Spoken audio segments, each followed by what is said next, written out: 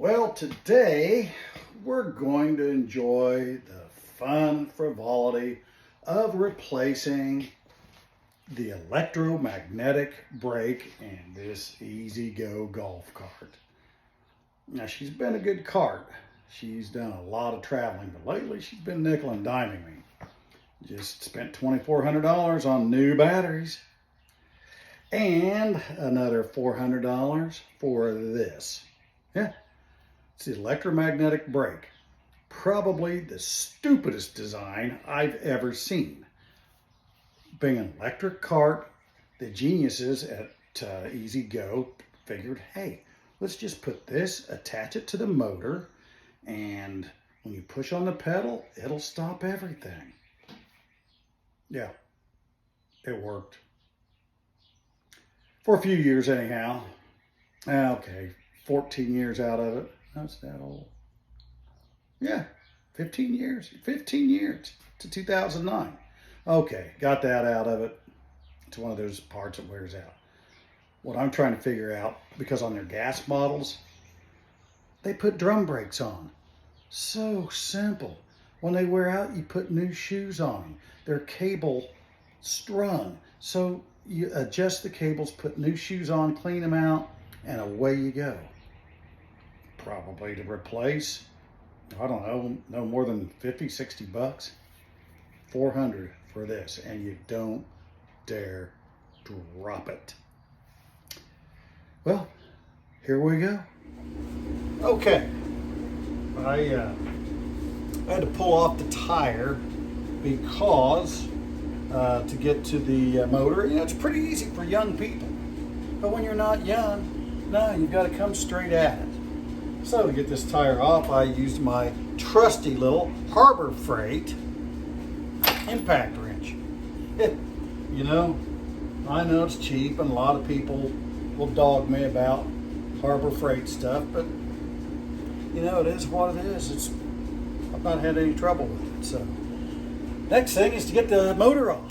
Okay, so this is the motor. I'm under the cart. We've got to get 4 10mm bolts out. Now, if everything goes right, I can pull this motor out, this electromagnetic brake motor, and put the new one in. We've got to pull it out and then unplug it. Now, with that being said, things aren't always as easy as they appear. But this appears to be not too bad.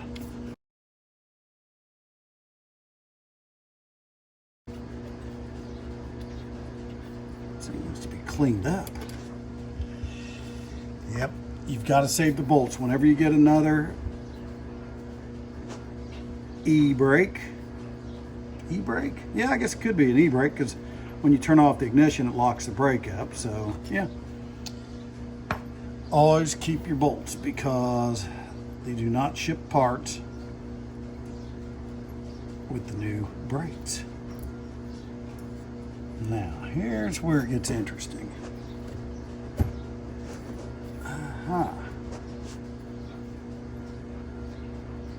I've never seen what that...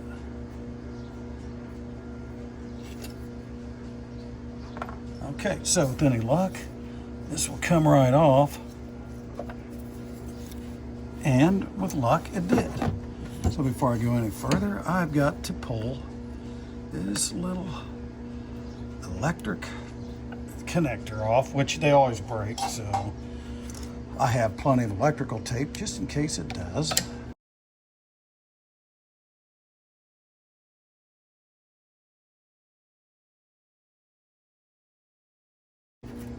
Okay, that came right out. That's what does your braking. Let's take a look at this thing. That is burnt up. Oh my God.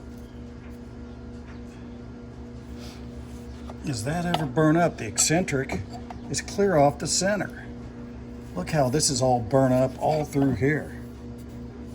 Yeah, this has seen some better days. Well, I guess we'll just keep at it.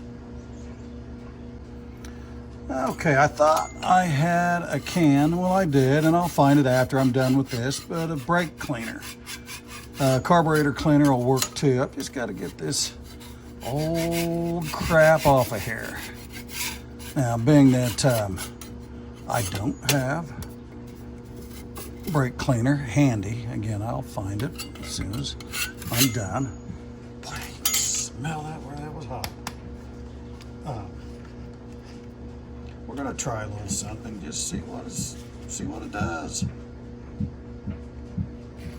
And that's this, Goo Gone. Works on everything else, so why not try it on this, right? Now, this being said, in a perfect world, this new motor should line up. If not, then I have to go up into the electronics and pin out the other connections. Hey, look at that. And, so the motor will spin freely, but we're not to that point, and I hope we don't get to that point. Look at that. Wow, look at that. That takes it right off of there. I may be onto something new here. Brake cleaner, it sprays and drips all over the place, so why not use this? Let's just clean that off just a little bit, that keyway. Looks like the motor wants to spin freely. We're okay with that. Wow, that's dirty and impressive. But once again, I reiterate, this is a stupid design. But they sell these things by the millions, and Easy Go is a good cart. This is the only thing I'm knocking them for. I mean, even the best Lexuses, where's that Lexi? I never have gotten that down right. Anyhow, I'm sure they have faults severe in the design department. Nothing's perfect, but we'll see how this goes. Okay, so we have a good surface. I don't have to worry about these outside edges or anything because, that's not where the brake touches. And they're clean enough anyhow, right? So, onward we go. Okay, in with the new. This is where the rubber meets the road, so to speak. Gotta be very careful. If you drop this thing, you are in mucho grande trouble.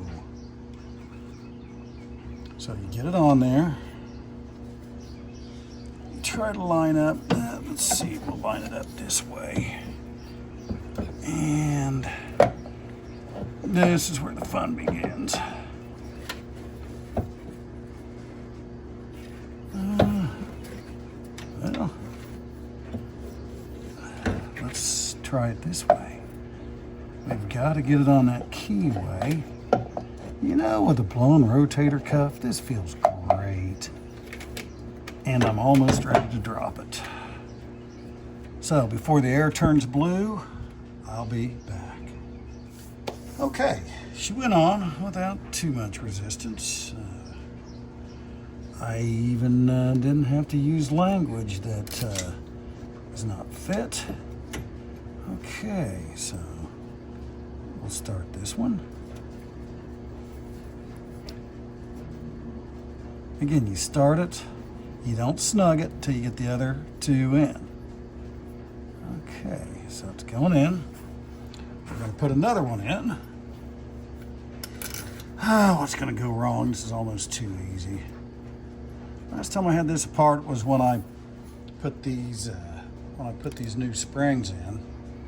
This originally came with one spring and it was bottoming out. The spring actually turned from an ellipse into a flat bar after a number of years. So I got the extra heavy duty, and it does make a difference. Okay, baby, come on, you can get in there. Come on. So we just gotta, I know. Well, we just gotta, come on, we just got to mess with it a little bit. Be back when all three are in. Okay, all the screws are lined up and the electrical's plugged in, and we just go around and we snug them up. Now, according to the E-Z-GO experts, you just snug them. Supposedly it's supposed to be, I think, 25 inch-pounds, but since I don't have a torque wrench that measures in those increments, well, I did have till I got the dust.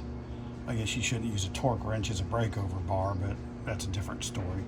You just go through and you just kind of guess what inch-pounds are. Okay, that's snugged up pretty good. You don't want to over tighten these because it can cause warpage. So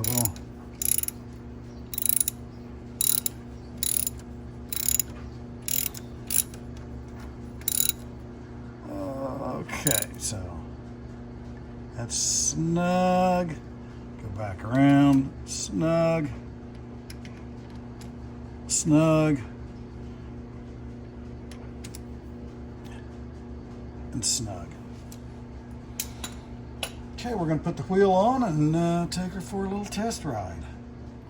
Well, now that everything's back together, we'll just tighten this up and we'll take her for a test ride.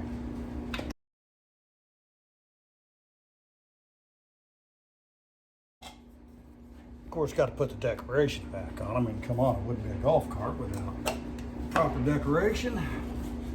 She's on there. Next step, test ride. Well, getting ready to go on the maiden voyage, and my co-test pilot would not let me step 1 foot out of the garage or out of the house without her going with me. So I guess we have to go, don't we? Huh? Do we? Are you ready? What if the brake doesn't work? I don't know. Well, here we go. We're going to give her a shot. All right, scoot over. So, okay. Battery looks good. And we're going to back her up. Now I'm going to push on the brake and see how... Oh, yeah, stops just fine. All right. Okay, what's going to go wrong? This was almost too easy. Yeah, I know. I've got your input too. All right. Okay.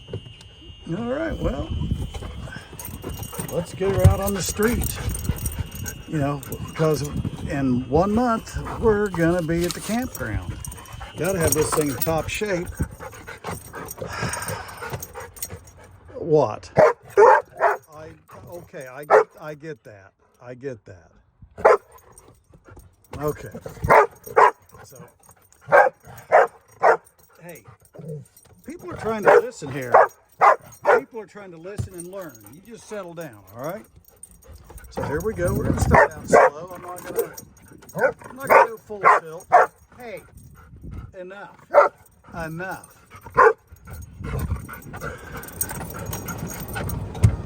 She's always been obsessed. As many of you know, this is her car. I just drive it, fix it, and pay for the repairs. Okay, so we're going to go. We're going to just see how this does.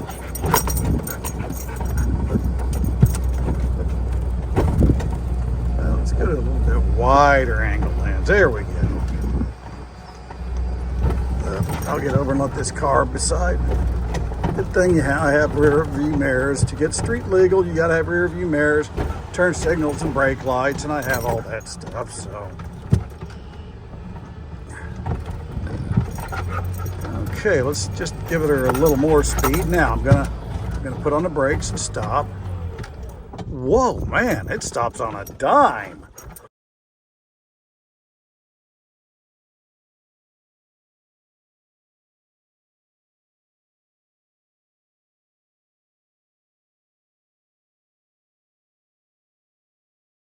if you've got a floor jack, you do need to get it up into the air so you can spin the motor a little bit. I didn't need to do a pin out like I thought I was going to have to. You have to take the controller apart, move junction 1 to 3 over to 2 to 4 and vice versa. I didn't need to get into any of that. So it seemed to work just fine. It was an easy replacement. Took me all of about a half hour to install, and everything's running well. Again, you know, on a golf cart, car, whatever, do use OEM parts. Now, if I were going for a horn or turn signals or something like that, yeah, you can, yeah, obviously get a cheap knockoff. But when it comes to important stuff like the drivetrain and brakes, do that. So, hope you got something out of this. We're going to go for a ride.